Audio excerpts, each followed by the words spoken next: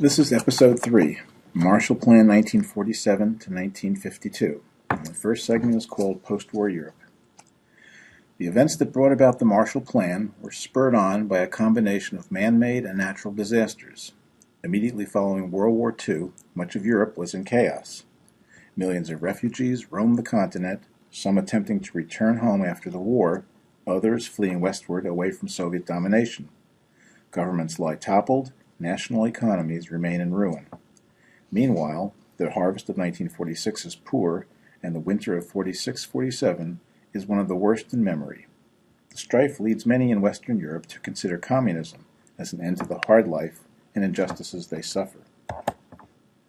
After decades as a global power, Britain finds itself unable to cope with the growing post-war crisis on the European continent. Exhausted by World War I, London wants to hold on to its traditional imperial role. But the winter of 1946-47 brings an end to Britain's longtime status as a main player in world politics.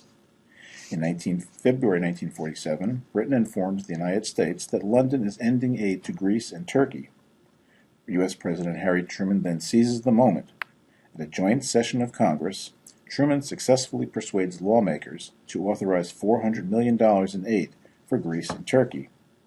During that speech, he also establishes the Truman Doctrine, a clear distinction between the capitalist and communist worlds. Truman turns to his Secretary of State, George Marshall, to put Europe back on its feet economically. Marshall has been famous for his logistical skills while U.S. Army Chief of Staff during the war. Marshall meets with others from the so-called Big Four in Moscow in an attempt to determine the future of then-occupied Germany. But the talks go nowhere. Marshall formally announces what will become known as the European Recovery Program during a ceremony at Harvard University. The Marshall Plan offers billions of dollars in U.S. aid to European countries, including those under Soviet occupation. Soviet spies in London keep Moscow up to date on the Marshall Plan, which the Kremlin views with growing suspicion. Stalin orders his foreign minister, Vyacheslav Molotov, to pull out of a Paris conference designed to frame Europe's response to the Marshall Plan. As Molotov leaves Paris, he accuses the West of working to divide Europe into two hostile camps. In fact, Czechoslovakia considers attending the Paris conference on the Marshall Plan, only to be told in no uncertain terms that Moscow is against it. In September 1947, as the Marshall Plan gets underway, the Soviets set up the Cominform, the Communist Information Bureau. They also established Comecon, the Warsaw Pact's version of an economic trading bloc. But these new ties among European communists mean an end to Eastern European hopes for different types of socialist governments on the continent. That reality is driven home in February 1948, when a communist coup topples the government of Czechoslovakia. Just weeks after the communist coup in Czechoslovakia, the U.S. Congress approves the first $5 billion in Marshall Plan aid. 20% of the aid is in loans, 80% in grants. The first shipments are food and fertilizer, followed by machinery. In the 4 years of the plan, the Marshall Agency spends $13.5 billion in 16 countries. In turn, Europe's purchase of U.S. goods and machinery brings many Marshall Plan dollars back into the American economy, fueling a post-war boom. One of the European countries most desperate for aid is Greece, devastated by years of Nazi occupation and civil war.